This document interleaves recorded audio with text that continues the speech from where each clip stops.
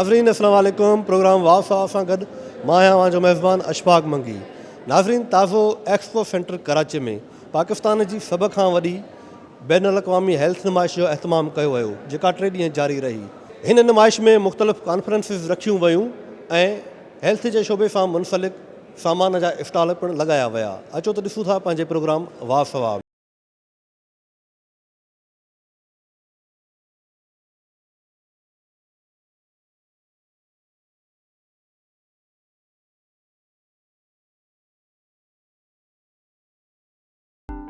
वफ़ाक़ी वज़ारत सिहत पारां पाकिस्तान जी सभ खां वॾी हेल्थ एशिया नुमाइश जो एक्सपो सेंटर कराची में 22 एडिशन मुनक़िद कयो वियो।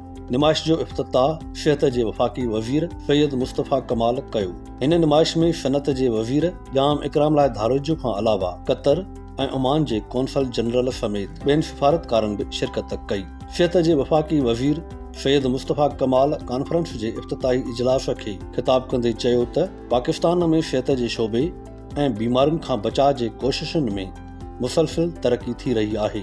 उन चयो त अहिड़ी तरह जे नुमाइशुनि सां न सिर्फ़ इल्मु, टेक्नोलॉजी ऐं महारत खे फ़रोग़ मिलंदो, पर परॾेही राब्तनि जा बि नवां दरवाज़ा खुलंदा।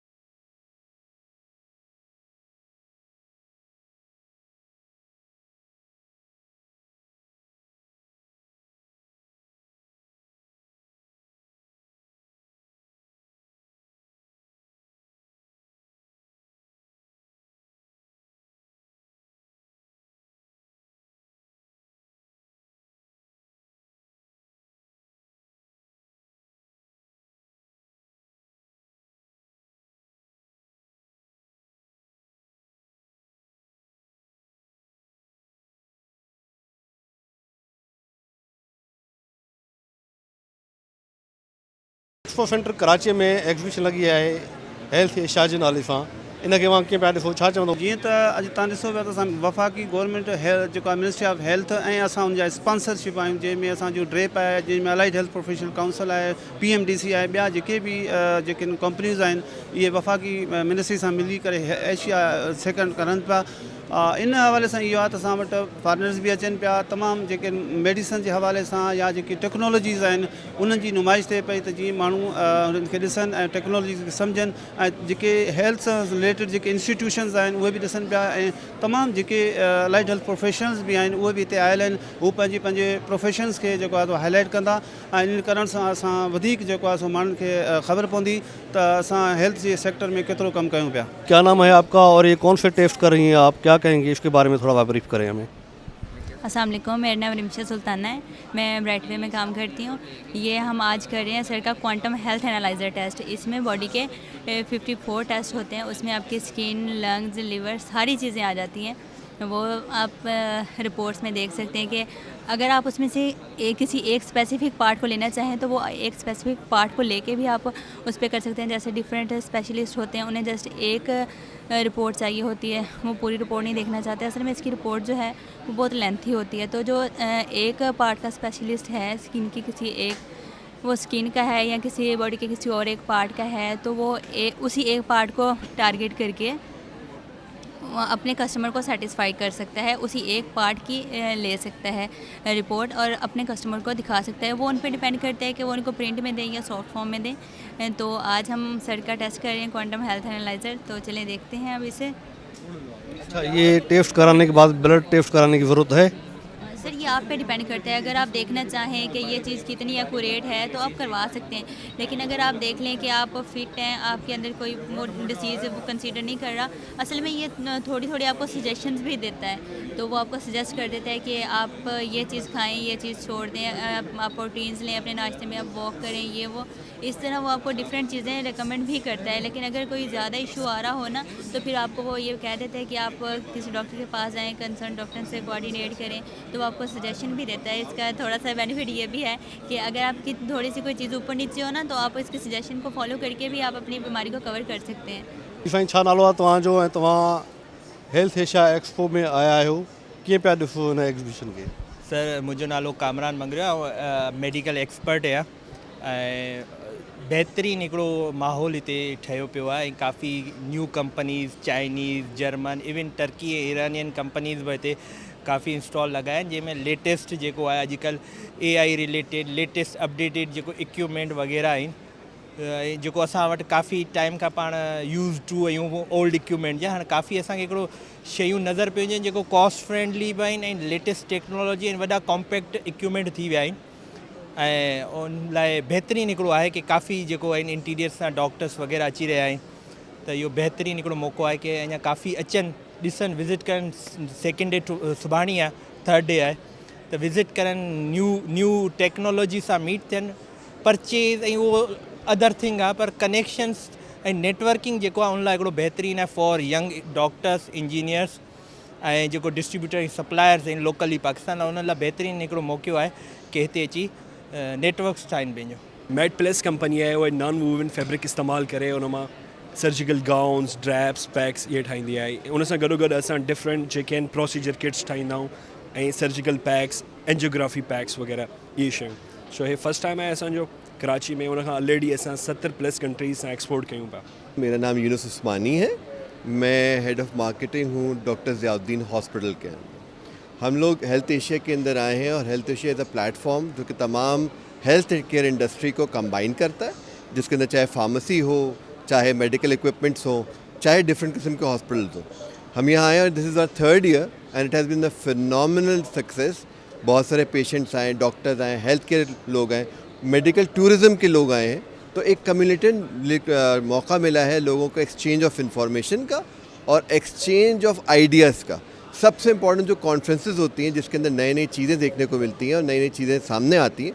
वो हमें देखने को मौका मिला मेरा नाम नादिया नादिर है और मैं डायरेक्टर ऑफ डिजिटल स्ट्रैटेजी हूँ एंड टू एंड सॉल्यूशंस एक IT global IT and marketing company है और हम ऑफिशियल सोशल मीडिया पार्टनर्स हैं हेल्थ एशिया के तो हेल्थ एशिया एक बहुत ही ज़बरदस्त एक्सपो है और यहाँ पे फर्स्ट टाइम मैंने देखा बहुत ही ज़्यादा बड़े पैमाने पे मैं पाकिस्तान की नहीं बल्कि एशिया की सबसे बड़ी हेल्थ की जो एक्सपो होती है यहाँ पे कोलैबोरेशंस भी हो रहे हैं और पार्टनरशिप्स भी हो रही हैं और पाकिस्तान में जो बिजनेसेस आ रहा है यहाँ पे रशियन कॉन्फ्रेंसेस भी हो रही हैं यहाँ पे B2B मीटिंग्स भी हैं 24+ कंट्रीज से यहाँ पे लोग आए हुए हैं और कोलैबोरेट कर रहे हैं बिज़नेस आ रहा है तो I think this is amazing opportunity to overall जो हेल्थ का इकोसिस्टम है पाकिस्तान में इसके लिए इट्स अमेजिंग मुंहिंजो नालो अली अथई ऐं असां आहियूं हाणे लांडी कराची खां ठीकु आहे माशाल्लाह सुठी आहे एग्ज़िबिशन हेल्थ एशियन वारनि जी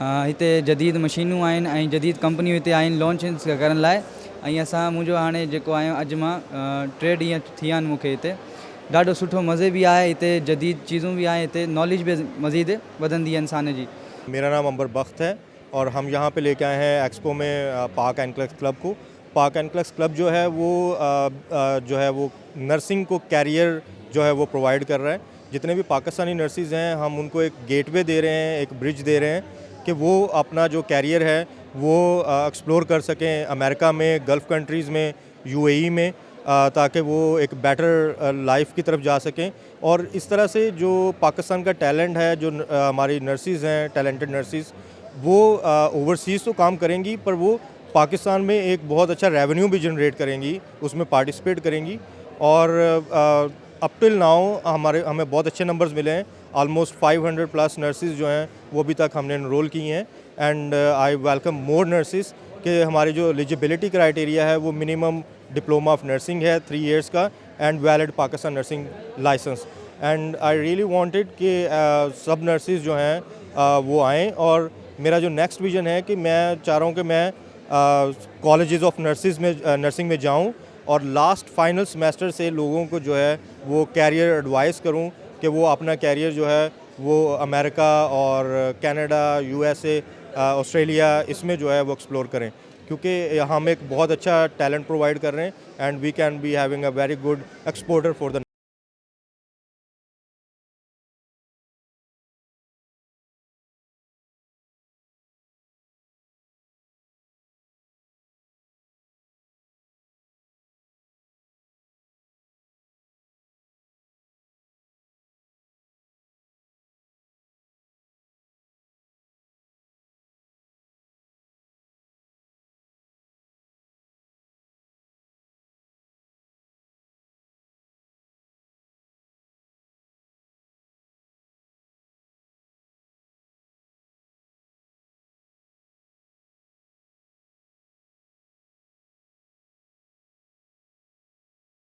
जी, क्या नाम है आपका, क्या कहेंगी आज जो आपने स्टॉल लगाया है, अपने बारे में कुछ बताएं। मेरा नाम मुज़म्मिल मज़हर है। मैं SIHS में एज IMT काम करती हूँ। अभी जो मैं फ़िलहाल बाइक की मैंने ट्रेनिंग ली है इन लोगों से, इन्होंने मुझे बाइक की ट्रेनिंग दी है और प्रॉपरली तौर पर मुझे तैयार कर दिया है।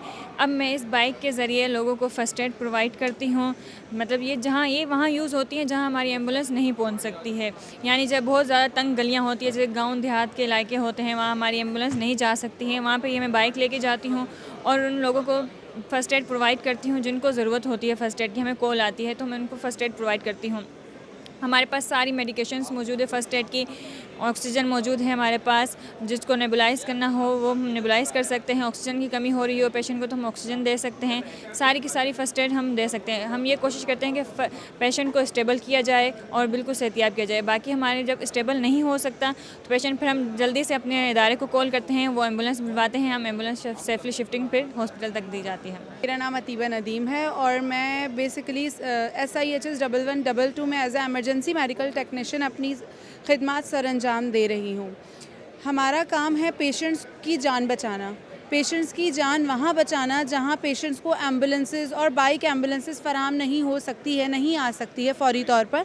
वहाँ पे ये बाईसाइकिल यानी माउंटेन बाईसाइकिल एम्बुलेंस मौजूद होती है। ये बेसिकली मार्केट्स के लिए हमारी एम्बुलेंसेस मौजूद होती हैं ताकि पेशेंट्स जो कि हॉस्पिटल नहीं जा सकते हैं फ़ौरन से और उनको फ़र्स्ट एड की नीड है, ताकि उनको बाज़ारों में जैसे ही फ़र्स्ट एड की ज़रूरत पड़े और हम उनको फ़ौरी तौर पर तंग गलियों में, आप समझ सकते हैं वहाँ एम्बुलेंस नहीं जा सकती है, ना ही वहाँ बाइक एम्बुलेंस जा सकती है, मगर ये साइकिल एम्बुलेंस वहाँ पे ऑलरेडी डिप्लॉयड होती है ताकि वो पेशेंट को फ़र्स्ट एड प्रोवाइड कर सके। हमें बेसिकली यहाँ से पूरा ट्रेन किया जाता है। हम जब अपनी पढ़कर आते हैं, हम यहाँ पे अप्लाई करते हैं, यहाँ पे हमें ट्रेनिंग दी जाती है फ़र्स्ट एड के हवाले से भी, पेशेंट को किस तरीके से हमें मैनेज करना है, बाईसाइकिल पे कैसे जाना है, कैसे किस तरीके से मैनेज करना है, हर तरीके कार बताए जाते हैं, समझाए जाते हैं और इस हवाले से हमें ट्रेन किया जाता है। ताज़ो कराची जे एक्सपो सेंटर में बैन अवी हेल्थ नुमाइश मुनक़िद कई वई आहे, जंहिंमें हेल्थ जे हवाले सां मुख़्तलिफ़ क़िस्मनि जा स्टॉल पिणु लॻाया विया आहिनि। उते अव्हां जो स्टॉल बि मौजूदु आहे ऑपरेशन जे हवाले सां। छा चवंदा अॼो की नुमाइश जे बारे में? महिरबानी अशफाक मंगी साहब जी। त तव्हां ॾिठो त ही सिंध में 22 हेल्थ एक्सपो लॻियल आहे हिते, ऐं हर साल ही एक्सपो लॻंदो आहे ऐं हर साल सिंध गवर्नमेंट हेल्थ डिपार्टमेंट में पार्टिसिपेट कंदो आहे। अॼु असां छो त असां government of Sindh health department जे अंडर कमु था कयूं। ही जेका कंपनी आहे Sindh integrated emergency health service, इन जो बेसिक कमु प्री हॉस्पिटल एमरजेंसी मैनेज करणु आहे। जेका हॉस्पिटल खां पहिरीं जेका एमरजेंसी थिए थी, चाहे वो रोड ते आहे, घर ते आहे, कंहिं जॻह ते एमरजेंसी माण्हू आहे, त उन एमरजेंसी खे मैनेज करणु हिन कंपनी जी ज़िम्मेवारी आहे। जेका एम्बुलेंस जे थ्रू पेशेंट खे घरों खणंदी आहे या रोड तां खणंदी आहे, उनखे स्टेबलाइज़ कंदी आहे रस्ते में, ऐं उनखे पोइ प्रॉपर तरीक़े सां हॉस्पिटल में शिफ्ट कंदी आहे। सो इहो असांजो बेसिक कमु इहो आहे। उन सां गॾु उन जे अंदरि खोड़ सारा ॿिया कम बि आहिनि। सो हिन जो एक्सपो आहे, इन एक्सपो में हर माण्हू पंहिंजा डिस्प्ले शो कया आहिनि त उहो छा था कनि सिंध में, नई नई टेक्नोलॉजी जेको इस्तेमालु कनि था, कहिड़ी हेल्थ में बहितरी अचे पई। असां जेको हिते एक्सपो में असांजो स्टॉल हयूं आहे, उसमें हिकिड़ो त तव्हां ॾिठी असांजे पोयां एम्बुलेंस बीठी आहे, इहा असांजी फुली इक्विप्ड एम्बुलेंस आहे। हिन खे असां चवंदा आहियूं पंहिंजी ज़बान में ICU ऑन द व्हील। माना हिकिड़ो आहे तव्हांखे को माण्हू खे तकलीफ़ थींदी आहे त उहो हॉस्पिटल ताईं वेंदो आहे ऐं पोइ ICU में माना एडमिट थींदो आहे जो घणो क्रिटिकल हुजे। सिंध गवर्नमेंट जी ही एम्बुलेंस ICU जेको आहे उहो तव्हांजे दर ताईं हली अचे थो, माना ICU ऑन द व्हील आहे। सो उनमें वेंटिलेटर भी आहे, कार्डिक मॉनिटर भी आहे, पेशेंट मॉनिटर भी आहे, ऑक्सीजन भी आहे, ऐं सभ सां इम्पोर्टेंट आहे ट्रेंड स्टाफ हिन में गॾु हूंदो आहे ड्राइवर खां अलावा। सो इहा असांजी स्टेट ऑफ आर्ट एम्बुलेंस आहे। उनखां अलावा असांजो ॿियो जेको आहे, हिन जो नंबर आहे 1122 1122। ॿियो असांजो नंबर आहे 1123 1123। उहो नंबर आहे जिते 24 कलाक डॉक्टर ऐं पंहिंजो काउंसलर्स, मेंटल हेल्थ जा काउंसलर 24 कलाक अवेलेबल हूंदा आहिनि। तव्हां केॾी महिल में घर में तव्हां वेठा आहियो, तव्हां परेशान हाल में आहियो, त थोरी घणी तकलीफ़ आहे, तव्हां डॉक्टर ॾे नथा वञी सघो, कम से कम डॉक्टर सां ॻाल्हाइणु चाहियो था, तव्हां 1123 ते कॉल कयो। 24 कलाक मुफ़्त तव्हांखे मशवरो ॾींदो।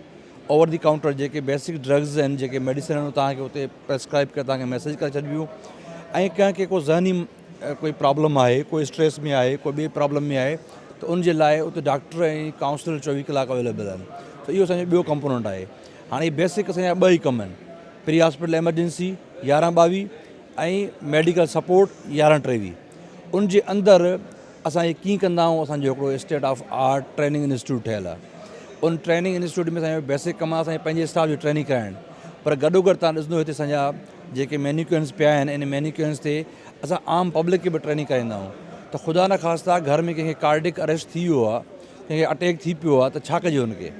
त उनखे गाॾी पहुचे, एम्बुलेंस पहुचे, तेसीं ताईं तव्हांखे फ़ोन ते त एडवाइस मिलंदी, पर तव्हांखे CPR करणु अचे त CPR करणु ईंदो त तव्हांजो जान बची वेंदी। असांजी 10 मिंट में 15 मिंट में गाॾी पुॼण खां पहिरीं ईअं कमु ॿार खे का शइ गले में फांसी थी पए त उहो मौत जी तरफ़ वेंदो आहे, त उहो गले में फाथल शइ कीअं कढिजे, इहो हिकिड़ो इम्पोर्टेंट मैटर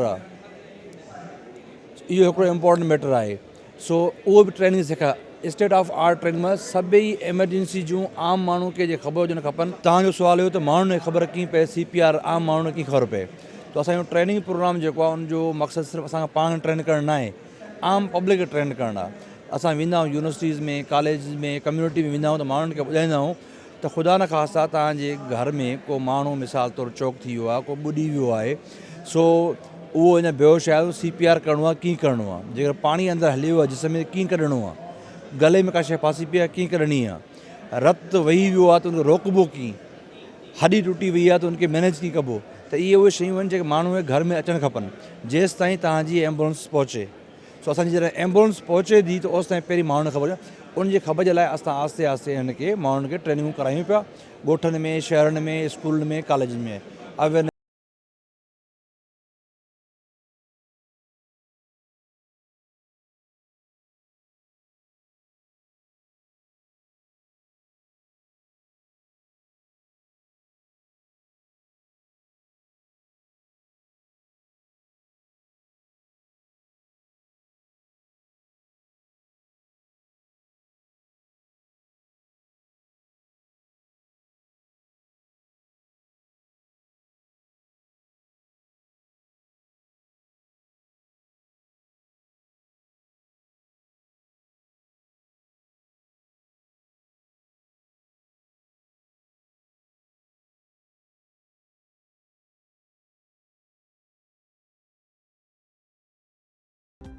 नाज़रीन, अवां हेल्थ नुमाइश ॾिठी। यकीनन अहिड़ी तरह जे नुमाइशुनि सां पाकिस्तान हेल्थ जे शोबे में तरक़ी कंदो। इन ते असांजो अॼोको प्रोग्राम पंहिंजे पुॼाणीअ ते पहुतो। पंहिंजे मेज़बान अशफाक मंगीअ खे ॾींदा इजाज़त। अल्लाह निगहबान।